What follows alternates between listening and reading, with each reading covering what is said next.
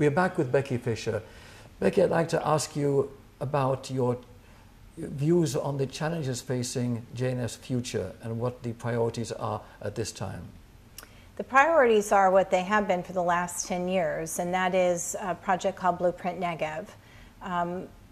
Russell Robinson, the CEO of Jewish National Fund, along with Ronald Lauder, our former chairman of the board, were very innovative at a time when no one was focusing on the Negev. The Negev makes up 60% of the landmass of Israel, with less than 8% of the total population. If you look at the triangle of Haifa, Tel Aviv, and Jerusalem, that's where the bulk of the Israeli population is centered. It's very expensive to live there. I think as we saw in the 2006 Lebanon war, it can be a very dangerous area because as the Katyusha rockets and the terrorist aim is centered more on the population centers, it makes sense for us to move the Israeli population down to the desert.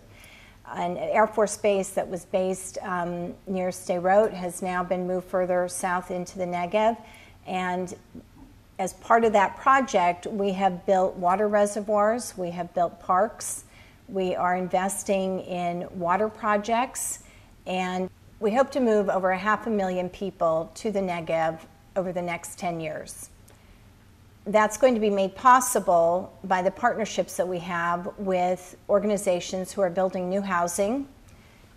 There is a bullet train now that goes from Beersheba to Jerusalem and from Beersheba to Tel Aviv, which makes it possible to live in the Negev and work in Tel Aviv or in Jerusalem. There are roads that are going in. There are jobs that are being created.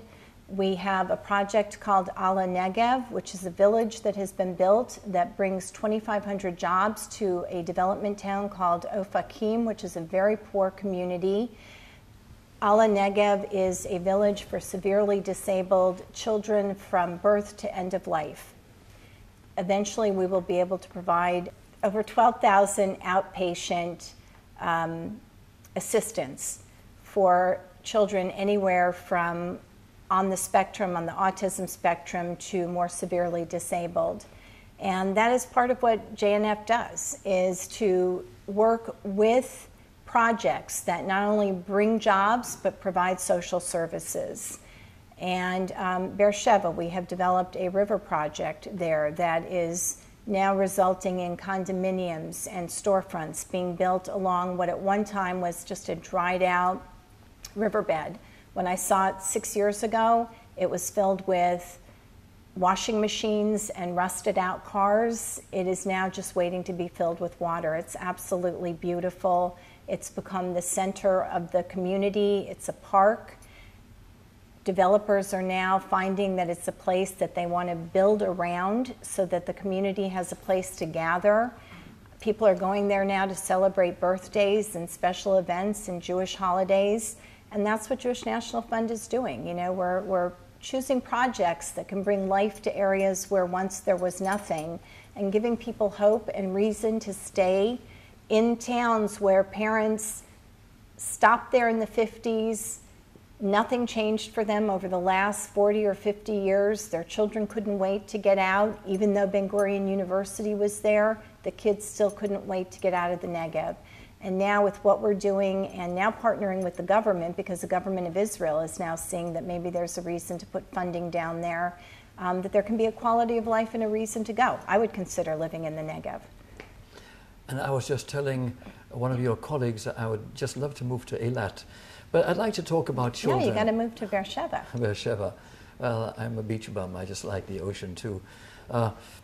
Talking about children, we live in a world today in which there's so much distraction. It's so easy for people to be spoiled and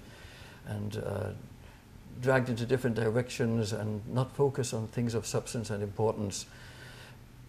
And your children, I know, are very dedicated. They've gone to Israel several times, experienced the land. How do you see the challenges facing the family today and social values as a whole? American families or Israeli families? Any. You know, my children are products of a Jewish day school.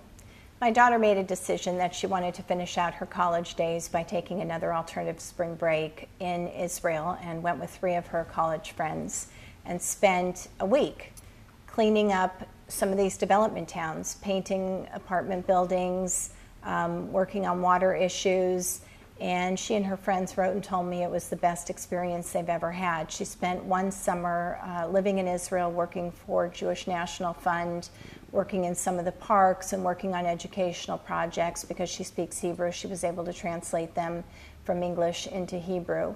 Families that send their children to Israel, particularly on programs like JNF's Alternative Spring Break program, give their kids an opportunity to see that there are needs in the world that can only be fulfilled by getting your hands dirty, by going over and doing something physically that, while money helps, you need to get in there and do the hard work and show people that you care and that it's not just about writing a check.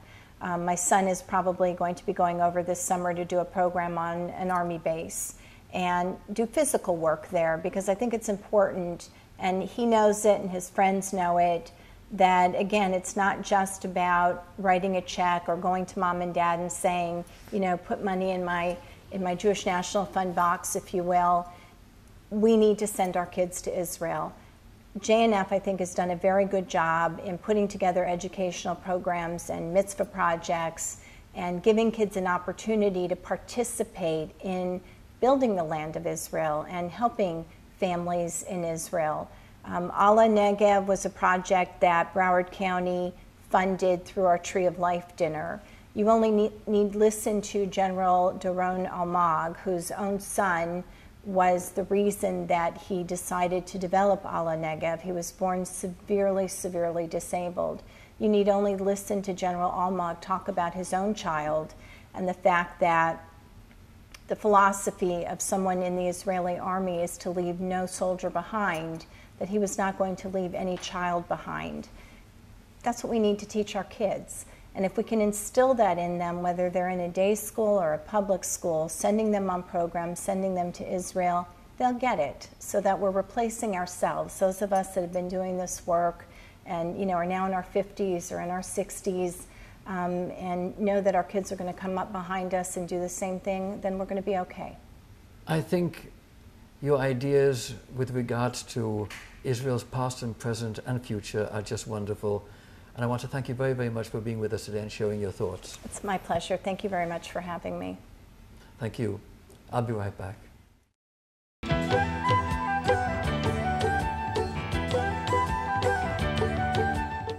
This concludes our special show for today on the Jewish National Fund. I'm Richard Peritz. Thank you for being with us.